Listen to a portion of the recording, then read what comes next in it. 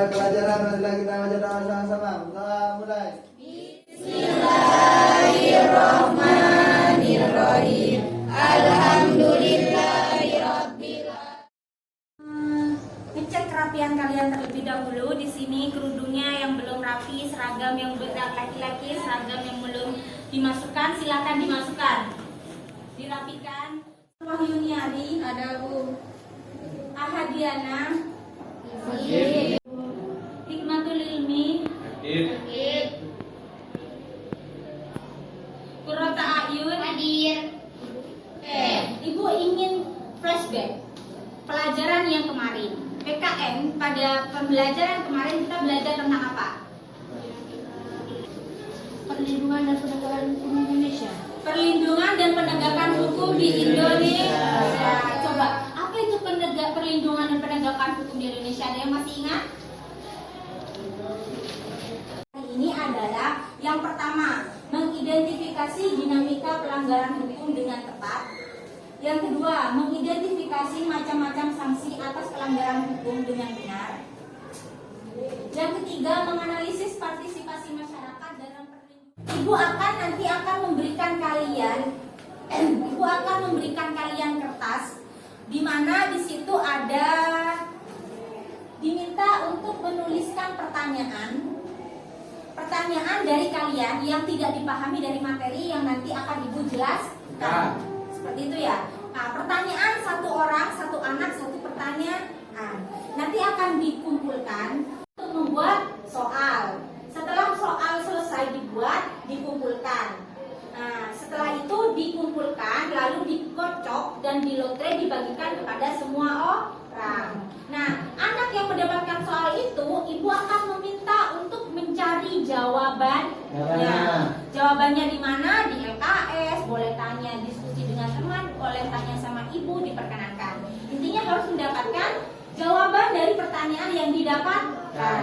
Baru ketika seperti itu, Ibu akan minta untuk dipresentasikan. Paham? Lalu apa yang dimaksud dengan dinamika pelanggaran hukum di sini?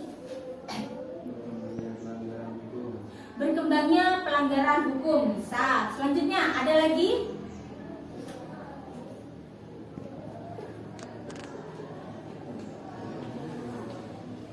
Menjadi pelanggaran hukum, sanksi pelanggaran hukum, partisipasi dalam penegakan masyarakat. Itu adalah sebab yang akan kita bahas pada hari ini. Tapi terlebih dahulu kita harus paham apa itu dinamika pelanggaran hukum. Dinamika pelanggaran hukum adalah di mana keadaan, di mana sifat dari hukum. Pelanggaran hukum itu bersifat berkembang. Seperti itu ya. Berubah, senantiasa berubah, dinamis sifatnya. Oke, dalam perkembangan zaman dulu kita tidak ada namanya, kalau belum adanya internet atau seperti apa, penipuan ya kamu paling ada pencopetan seperti itu ya. Tapi dengan berkembangnya zaman, modus kejahatan atau pelanggaran hukum itu menjadi berkembang. Ya atau tidak? Ya. Sang guru. Oke, di lingkungan keluarga apa contoh pelanggaran hukumnya? Apa? Membantai Perintah orang. Oke, benar. Di lingkungan masyarakat apa? Buang sampah sembarangan. Apa lagi? Apa sana? Membuang sampah sembarangan. Membuang sampah sembarangan. Di lingkungan negara, siapa yang mau menjawab contoh di lingkungan negara? Saya Bu. Apa? Merusak fasilitas negara dengan sengaja. Vandalisme, kamu contohnya mencoret-coret fasilitas umum, itu juga pelanggaran hukum. Oke, itu adalah di mana pelanggaran hukum terjadi. Jadi dalam semua lapisan masyarakat, baik dari sekolah, keluarga, negara, masyarakat, itu rentan untuk adanya pelanggaran hukum. Oke, sanksi dikumpulkan di sini, dilipat menjadi lingkaran terus dikumpulkan di sini ya. Ibu kasih waktu kalian 5-10 menit untuk membuat soal. Tapi gak usah jawabannya ya, soalnya kok nanti kita bagikan.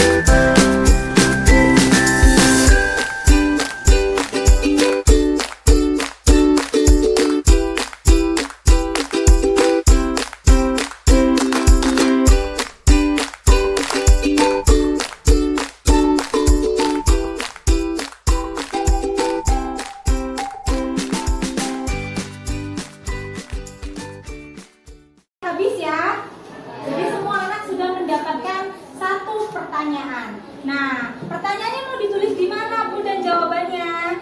Nah, kalian tulis di sini. Ini namanya LKPD, Lembar Kerja Peserta Didik. Di sini Bu akan menjelaskan ya cara pengisiannya. Ini sudah ada kompetensi dasar, ada tujuan yang dibahas tadi, ada nama siswa. Jangan lupa untuk ditulis kelas dan nomor absennya. Juga ada petunjuk cara pengisian, bisa kalian baca di sini. Selanjutnya bisa kalian pertanyaan yang kalian dapat di kertas tadi itu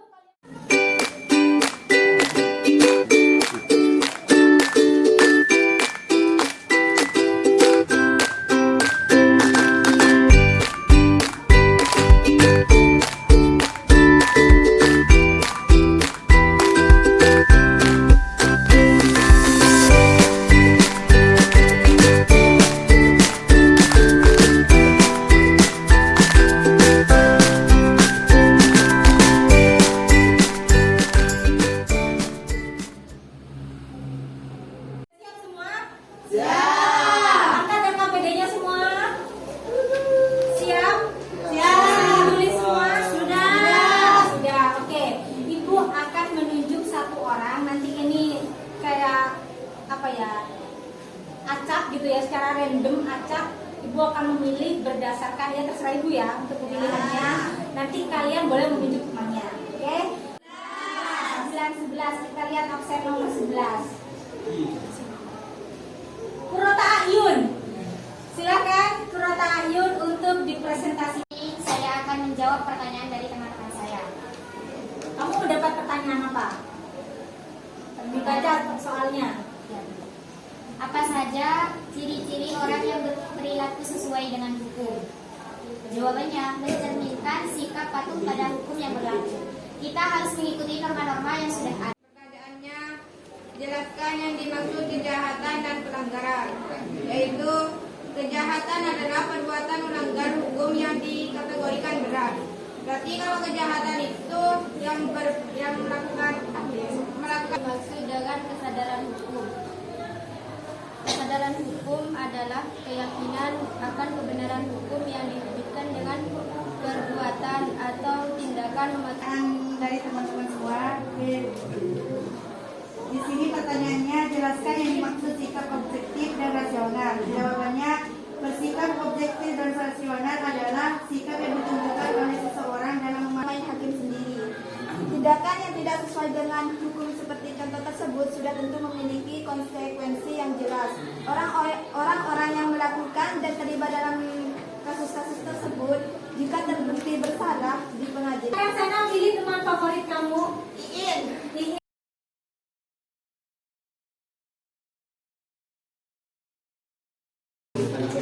Assalamualaikum warahmatullahi wabarakatuh. Waalaikumsalam warahmatullahi wabarakatuh. Saya di sini akan menjawab pertanyaan dari teman-teman. Sebutkan hukuman yang termasuk hukuman tambahan. 1. Pencabutan hak-hak tertentu, seperti halnya hukuman-hukuman yang tidak jelas. Di sini saya akan menjawab pertanyaan dari teman-teman. Dalam pasal 338 KUHP yang berbunyi, barang siapa yang sengaja merampas nyawa orang lain diancam penjara paling lama 15 tahun. Yang saya tanyakan, kenapa masih banyak kasus pembunuhan di Indonesia itu tidak dikenai hukuman 15 tahun tersebut? Saya akan menjawab pertanyaannya. Itu adalah ancaman pidananya, tapi ancaman pidana itu dibuat pada fakta hukum yang terungkap dalam persidangan. Mendapatkan sanksi atau hukuman. Terdapat beberapa norma hukum yang berlaku di lingkungan masyarakat. Sebutkan dan jelaskan norma-norma hukum tersebut. Yaitu ada 2, tegas dan nyata. Tegas berarti adanya aturan yang dibuat secara material. Silakan maju.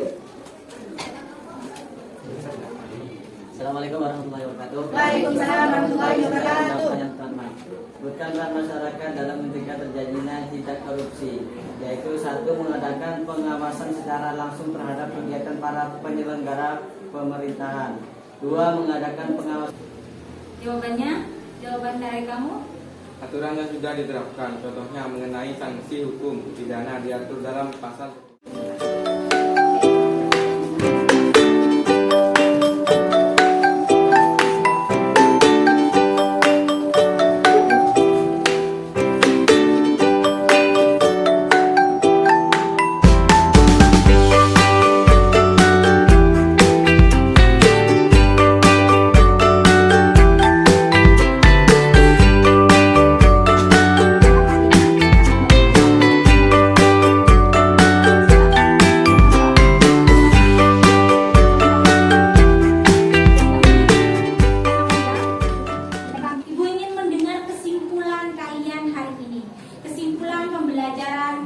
ini. Ada yang bisa memberikan kesimpulan hari ini? Saya, Bu.